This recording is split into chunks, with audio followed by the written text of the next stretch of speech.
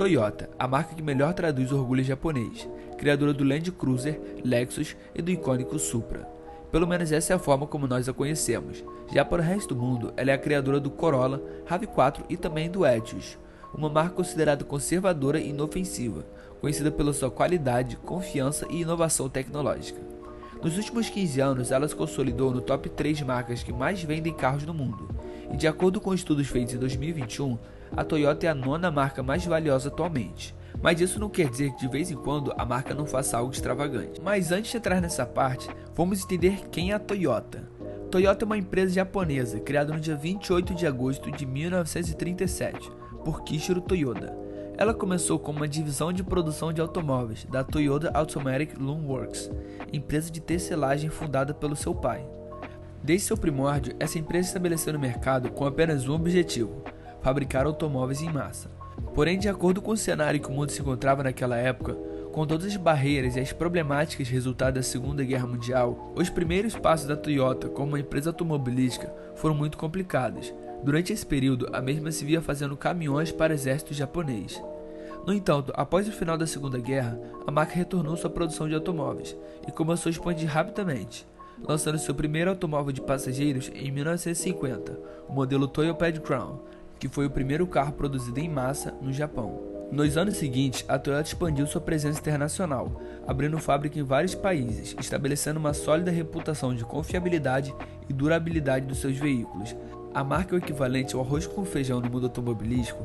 De vez em quando, ela gosta de relembrar que também é mestre na arte de fazer carros, como foi o caso do Toyota 2000 GT, uma bela máquina esportiva, produzida entre 1967 e 1970, em colaboração com a Yamaha, que foi projetada para competir com o Porsche 911 e o Jaguar E-Type.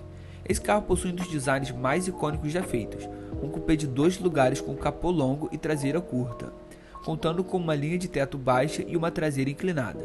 Seu design jamais visto revolucionou a forma como o mundo viu os carros esportivos, revolucionou a própria marca Toyota e, mais importante, mudou a opinião do mundo sobre os carros japoneses. Se passaram 33 anos e a marca teve alguns carros, mas nenhum chegou perto do 2000 GT. Até então, o Japão não teve nenhum momento de glória que se equipara a esse carro. Após essas 3 décadas, o mundo automobilístico estava completamente mudado. Supercarros se tornaram a nova febre. A partir daí, a Ferrari ganhou todos os holofotes, com sua cor vermelha e seus designs atemporais. Lamborghini nos deu o Miura, o Countach e o Diablo, e até mesmo a Ford entrou nessa onda e fez o GT40 para competir com a Ferrari nas 24 horas de Le Mans, uma das corridas mais tradicionais do mundo. Resumindo, todo mundo estava fazendo supercarros, mas por que nem a Toyota nem nenhuma companhia japonesa estava entrando nesse mercado? Por mais que tenha saído algumas joias japonesas naquela época, como o NSX, o Supra ou até mesmo GTR, nenhum deles teve o mesmo impacto que uma F40, por exemplo. São ótimos carros esportivos, mas não chegam ao nível dos supercarros. Podemos dizer isso com segurança quando olhamos para os anos 90, quando olhamos para os números e comparamos a McLaren F1, que chegava de 0 a 100 em 3.2 segundos e produzia 672 cavalos de potência, com o Nissan Skyline R34 GTR, que chegava de 0 a 100 em 5 segundos e produzia meros 500 cavalos de potência. A disparidade é gritante.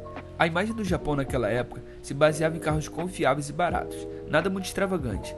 Mas com a mudança do mercado e a crescente demanda por supercarros, as montadoras japonesas se sentiram na obrigação de entrar nesse mercado e mudar a opinião do mundo, mais uma vez, assim como fizeram em 1967 com o GT 2000. O único problema era que nem todo mundo tinha o dinheiro nem a sabedoria para fazer tal máquina. Foi por isso que em 1999, com a virada do milênio, a Toyota junto com Hirohiko Tanahashi aceitou tal desafio. Juntos, eles criaram um monstro, uma máquina jamais vista, o supercarro quase perfeito, uma verdadeira máquina que todo mundo desejava, mas ninguém comprou. Mas será por quê? Primeiro vamos conhecer quem é Hirohiko. Tanahashi, apontado por muitos como um visionário, é o atual vice-presidente da Toyota e na época trabalhava construindo motores para a mesma. Ele entrou na companhia em 1983, trabalhando na divisão de motores, e foi ali mesmo onde ele se destacou. Ele desempenhou um papel fundamental no desenvolvimento do primeiro motor híbrido da história, o motor híbrido Prius em 1997. Também foi fundamental na criação de carros icônicos, como o Soares Air, Baristo e até mesmo o Celica. É seguro dizer que a Toyota estava em boas mãos, e a máquina que os japoneses precisavam para competir com carros como Ferrari, Lamborghini e Porsche estava mais perto que nunca. Por isso, em meados de 2001, Tanahashi assumiu o controle de um plano chamado Projeto Z, da Lexus, divisão luxuosa dentro da Toyota. Esse projeto tinha o intuito de criar um carro que competiria com as outras marcas, um supercarro que mudaria a forma como as pessoas veem a Toyota, o Japão. Esse carro foi o Lexus LFA. Sua criação se deu quando Tanahashi se juntou com Hiromu Narusa, um engenheiro renomado dentro da Toyota. Foi ele que ajudou a criar o emblemático 2000 GT em 67 e até mesmo o Supra. Eles trabalharam juntos de 2001 a 2003, até que devido a algumas burocracias e o tempo que estava sendo levado, Todd estava perdendo dinheiro e estava perdendo um pouco de sua empolgação. Mas como se tratava de algo muito significativo para o neto do criador da marca, Akio Toyoda, ele se mostrou de acordo com a continuação desse projeto. A partir daí, em 2003, o LFA foi levado para o asfalto, em nada mais nada menos que Nürburgring, um dos circuitos mais tradicionais do automobilismo.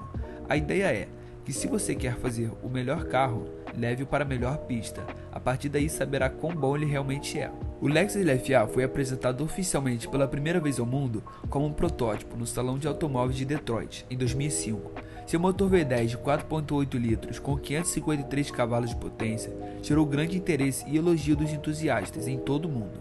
Ele não era um Supra, era um supercarro, uma máquina capaz de mudar a visão do mundo sobre a Toyota, de uma vez por todas. Após essa exposição, a Toyota viu a empolgação que o mundo demonstrou, e por isso colocou o projeto na sua prioridade número 1. Ela o apresentou pela segunda vez em 2007, com algumas diferenças notáveis.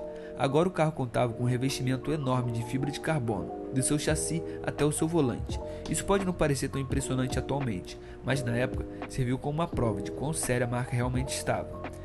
O LFA apareceu novamente em 2009, nas 24 horas de Nürburgring. Embora sua participação não tenha sido tão impressionante, foi de suma importância, na medida que ajudou e deu o feedback necessário para Tanahashi aprimorar sua máquina. Chegamos em 2010, o mundo do automobilismo parou. O dia 23 de junho de 2010 foi o dia que perdemos Hiromu Narusa, o homem que ajudou na criação dos maiores supercarros japoneses, o GT 2000 e o LFA. Ele veio a falecer em um acidente no oeste da Alemanha, após colidir contra uma BMW no meio de um teste da própria LFA. Essa notícia destruiu a equipe e deixou todos chocados. Mas mesmo assim, eles decidiram finalizar esse carro em sua homenagem. A Toyota sabia que não iria conseguir ter lucro, mas mesmo assim construiu todos os 500 exemplares, cada um com sua singularidade. Para termos uma noção de tamanha exclusividade, cada motor era feito à mão e demorava cerca de 2 semanas para ser finalizado. Esse realmente era o supercarro japonês, era extravagante, caro e além de tudo poderoso. Seu motor é um V10 de 4.8 litros, com o tamanho de um V8 que pesa menos que um V6. Vai de 0 a 100 em 3.6 segundos e produz nada mais nada menos que 553 cavalos de força. Finalmente, um supercarro para desbancar os italianos e os alemães. Esse supercarro foi alvo de inúmeros elogios. Chris Harris, renomado jornalista britânico, afirmou que o LFA foi o melhor carro que ele já dirigiu. Jeremy Clarkson, um dos apresentadores do show britânico Top Gear, também disse o mesmo. Esses são apenas 2 exemplos dos inúmeros elogios que esse carro recebeu. Após todo esse hype, toda a exclusividade que somente esse supercarro proporcionava, é natural que todo mundo foi comprá-lo na mesma hora, não é mesmo? Na teoria sim, mas a realidade foi um pouco diferente. Isso porque em 2012, quando você efetivamente podia comprar esse carro na loja, mais que uma década após sua ideia inicial, já havia carros como o GTR, que em particular roubou um pouco do hype do LFA, na medida que também era um carro japonês que era 5 vezes mais barato e muitos diziam que era até melhor que o LFA em alguns aspectos. Em suma, quem queria comprar esse supercarro não tinha dinheiro, aí acabava comprando GTR, e quem tinha dinheiro não entendia seu conceito. Isso porque, quando olhamos para o mercado automobilístico, uma grande porcentagem das pessoas que compram tais supercarros compram pela sua logo, pela sua cor vermelha, pelo status que aquele cavalo rampante traria, e não necessariamente entendem tudo sobre o assunto. Dessa forma, elas ficam em uma dúvida não tão difícil: gastar milhares de dólares em um carro com a logo da Lexus ou com a logo da Ferrari. O que você escolheria? De certa forma, o Japão conseguiu criar o supercarro que tanto almejava. O único problema foi o seu tempo.